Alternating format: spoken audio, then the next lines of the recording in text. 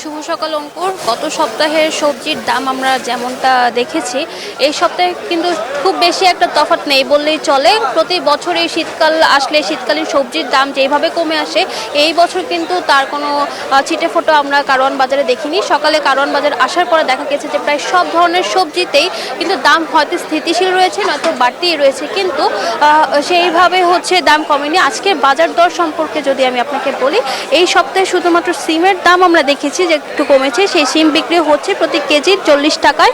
এছাড়া ফুলকপি, বাঁধাকপি গত সপ্তাহে যেখানে 25 থেকে 30 টাকা পিস বিক্রি হয়েছিল, এই সপ্তাহে কিন্তু 10 টাকা বেড়ে সেই ফুলকপি, বাঁধাকপি বিক্রি হচ্ছে 35 থেকে 40, কিছু কিছু দোকানে আবার 45 টাকাতেও বিক্রি হচ্ছে। এছাড়া যদি বলি যে দেশি গাজর বিক্রি হচ্ছে এই সপ্তাহে 50 টাকা কেজিতে, টমেটো বিক্রি হচ্ছে 90 থেকে 100 টাকায়।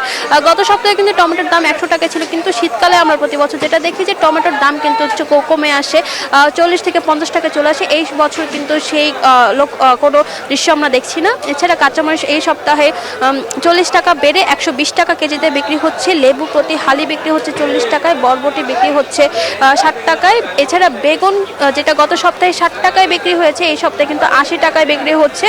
এছাড়া লাউয়ের দাম সব থেকে বেশি বাড়তে এই সপ্তাহে লাউ বিক্রি হচ্ছে প্রতি পিস 120 টাকা, এবং আকার ভেদে সেই লাউ যদি বড় আকারের লাউ বিক্রি হচ্ছে 150 টাকায়। সব কিছু মিলে বলা যাচ্ছে যে এই সপ্তাহে কিন্তু সবজির দাম প্রায় অনেকটাই বেশি। আমরা বেশ কয়েকজন ক্রেতাদের সাথে কথা বলেছি, তারা তাদের অস্বস্তি এবং ভোগান্তির কথাই আমাদেরকে জানিয়েছেন। তো অঙ্কুর, এখান থেকে এই ছিল আমার কাছে সর্বশেষ তথ্য।